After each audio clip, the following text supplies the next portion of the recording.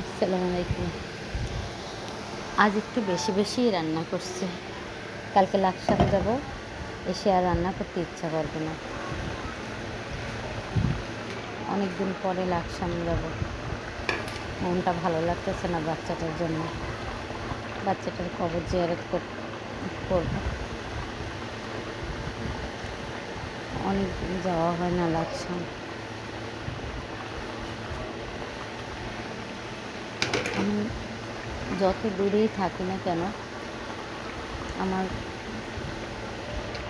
লাকসামের জন্য অন্যরকম একটা মায়া কাজ করবে, কারণ আমার বাচ্চাটার কবর লাকসামে।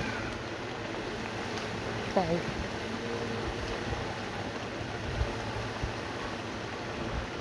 আসলে লাকসামের কথা মনে পড়লে মনটা অন্যরকম হয়ে যায়। এটা আজকে রান্না করেছি, মিষ্টি কুমড়া চিংড়ি মাছ দিয়ে রান্না করেছি, আলু দিয়ে তেলাপিয়া মাছ মাখা মাখা করছি, বাবুর জন্য একটু রান্না করছি ছাল ছাড়া, আর মাছ ভাজি করছি। কালকে আসলে আর রান্না করতে ইচ্ছা করবে না, মনটা এমনিতেই ভালো থাকে না লাকসাম গেলে। তাই একটু বেশি বেশি রান্না করে রাখছি, ফ্রিজে থাকলে পরে আসলে শুধু গরম করেই খাবো আর কি। তাই আসলে আমি জানি না আমার ভিডিওগুলো কেউ মানে পছন্দ করবে কি না, কেমন হয় আমি নিজে বুঝতেছি না, কিন্তু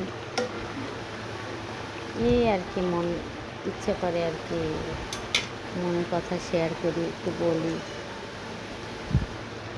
তাই আর কি ভিডিওগুলো করা।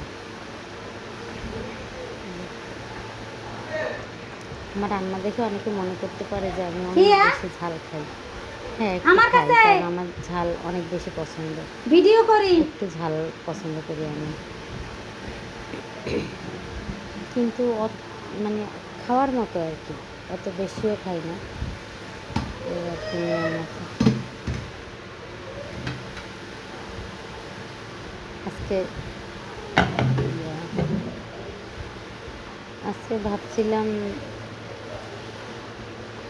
রান্না তেমন করবো না, শুধু দুপুরেতে রান্না করে খাবো।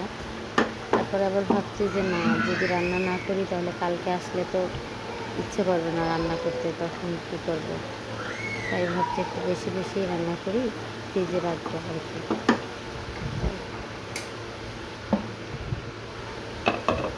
লাকসামের কথা মনে পড়লে আসলে মনটা খারাপ হয়ে যায়, তো আর কি।